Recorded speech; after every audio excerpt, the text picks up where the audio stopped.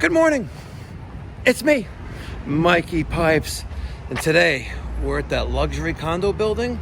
We got a customer who's got no heat. Let's go fix him, see what's going on.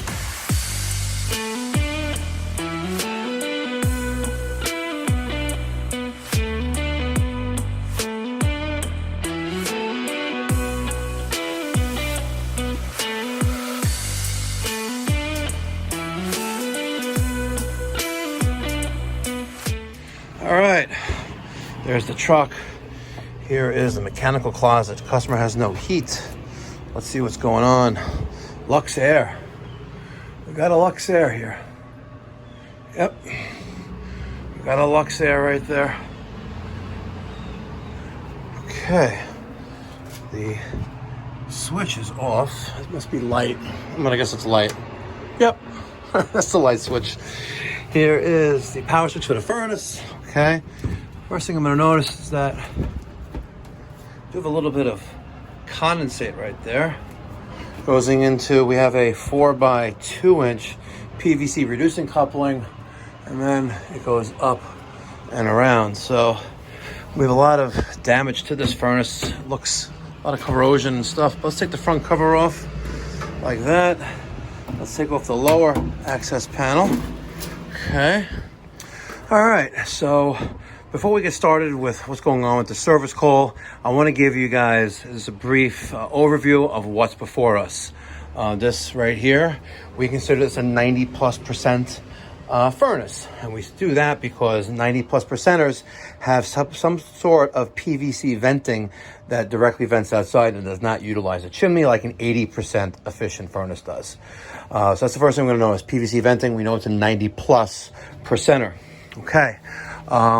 For identification purposes, right here, this is the gas valve. You see the gas piping coming in. This is the gas cock. This is a union. We come down with a drip leg, with a T. We come across to the gas valve. We make sure the switch is in the on position. All right. If we got here and the switch is in the off position, we're here for a no heat call. Well, who turned the switch off? It's a case of who done it. But why is it off? You have to figure that out. But below there, right here, this is our hot surface igniter. Kind of like an electric stove. You know, a heating element heats up, glows nice and red, and it ignites the flame. Typically gets 110 volts. This black thing right straight ahead of you, that's the plenum sensor, or high temperature plenum sensor. It's sitting inside the plenum, which is where the heat exchanger is, and if it gets too hot, it's going to turn off the, it's a safety, it's going to turn off the gas valve. We have a flame sensing rod, which is right there. It goes up, and there are 3 burner tubes. If you have a larger furnace, this one is only a 60,000 BTU furnace, right? If you had a larger furnace, see, 60. If you had a larger furnace, you'll have more tubes for more heating. All right. This clear thing, that's your condensate trap or condensate portion of the inducer assembly, which is what this is. The inducer assembly sucks in air from outside, you know, by means of the fresh air, the fresh combustion air inlet, and it sucks in, right? That some of that air blows the gas, sucks the gas in, and blows it out. Below there, is our main control board, transformer, and of course the blower in the back. So one of the first things we're going to do when we're troubleshooting a furnace is we're going to see if we have any kind of LED indicator light on the main control board, the furnace control board, and there that is right there. So obviously with the door removed, the door switch is de-energized or deactivated. So if the power is on, we push this in, we should see something. And there's a green light. Standby light, and it could be flashing. It's normal operation. If it's flashing a sequence, and that's generally an error. If we don't have any light there, we're going to question 24 volts. Do we have a good functional transformer? Do we get line voltage coming to the machine? We're making sure that we have the switches on. No, sometimes you'll even hear a hum.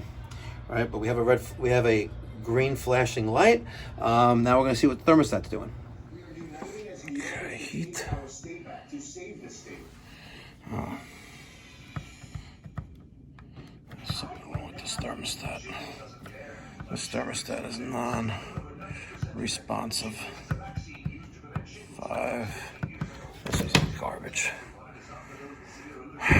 We need a new thermostat. Okay.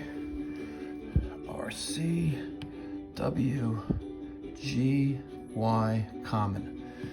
see, common is blue, white heating circuit is white, green is fan, yellow is cooling circuit, and RC is 24 volts.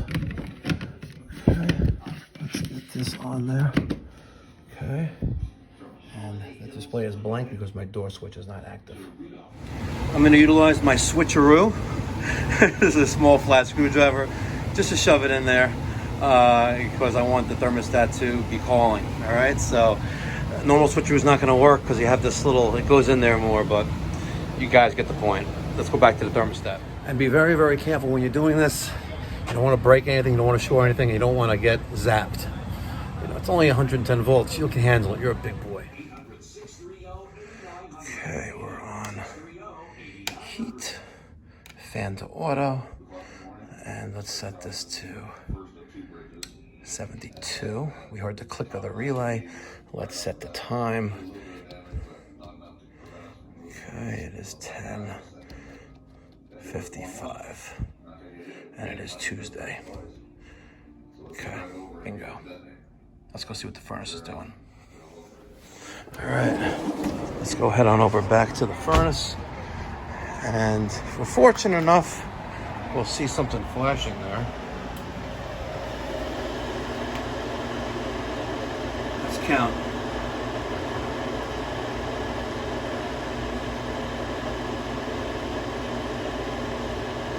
Appears to be a steady heartbeat. And there's our hot surface igniter energizing with 110 volts.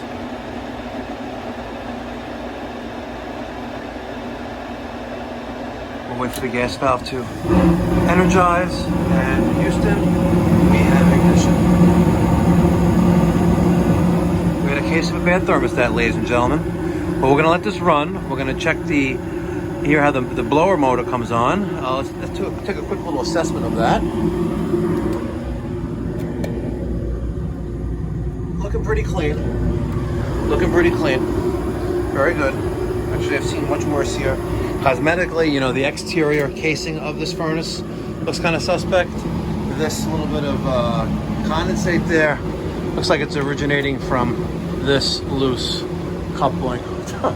Wow, the humidifier is just resting there, and there's your condensate up and down. So we're going to want to seal that back up. All right, so I spoke to the homeowner. We're going to do some servicing on this general air. It looks like the April air. We're going to replace the water panel. We're going to come back with that because I don't really stock water panels in the trucks. We also signed up with our heating maintenance plan. It's $22.95 a month. It's recurring revenue for the company. It's automatically charged to a credit or debit card. They get great benefits. If they have a true HVAC system like this one is, we have an evaporator coil, a condenser on the roof, and we have a furnace. We're going to come twice a year. One tune-up for the heating season, one tune-up for the cooling season, and if they get any repairs throughout the year, they're going to pay a discounted rate on any services. And plus, it further strengthens and develops that relationship. $22.95 a month brings peace of mind, and it locks them in, and they're going to use us. We take care of them, they take care of us. It's a win-win situation.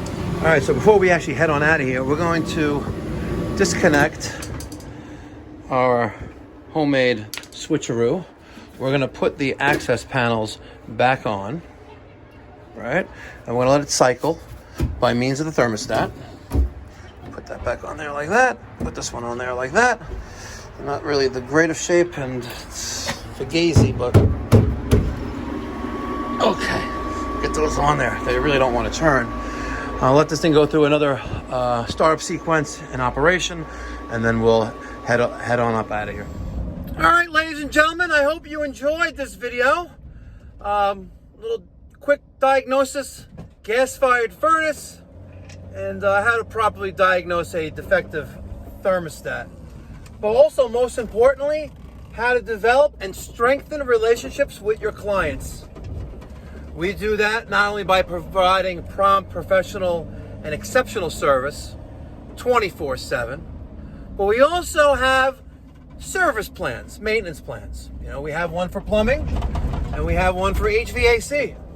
If you're an HVAC owner or a manager or even a tech at a contracting company that does not offer maintenance plans to your clientele, you're leaving money on the table and you're not strengthening relationship that you develop. That's one of the key things with maintenance plans. Not only are you there once or twice a year, but they're going to call you first. They're not going to Google HVAC repair. They're not going to open up the phone book and look for a plumbing or an HVAC contractor. They're going to call the number that they know they're paying for. You know, the magnet will be on their fridge. The sticker will be on the equipment. And that's how you develop and strengthen relationships. And that's how you build value for your business. If you have any questions about how to implement this with your company, email me, mike@mikeypipes.com. I'll be more than glad to offer you... What the fuck? I'll be more than glad to offer you a consultation, and we'll go from there. All right, guys, thank you so much for watching. Let me get your thoughts and feedback down in the comment section down below. And yes, I did fix the flu.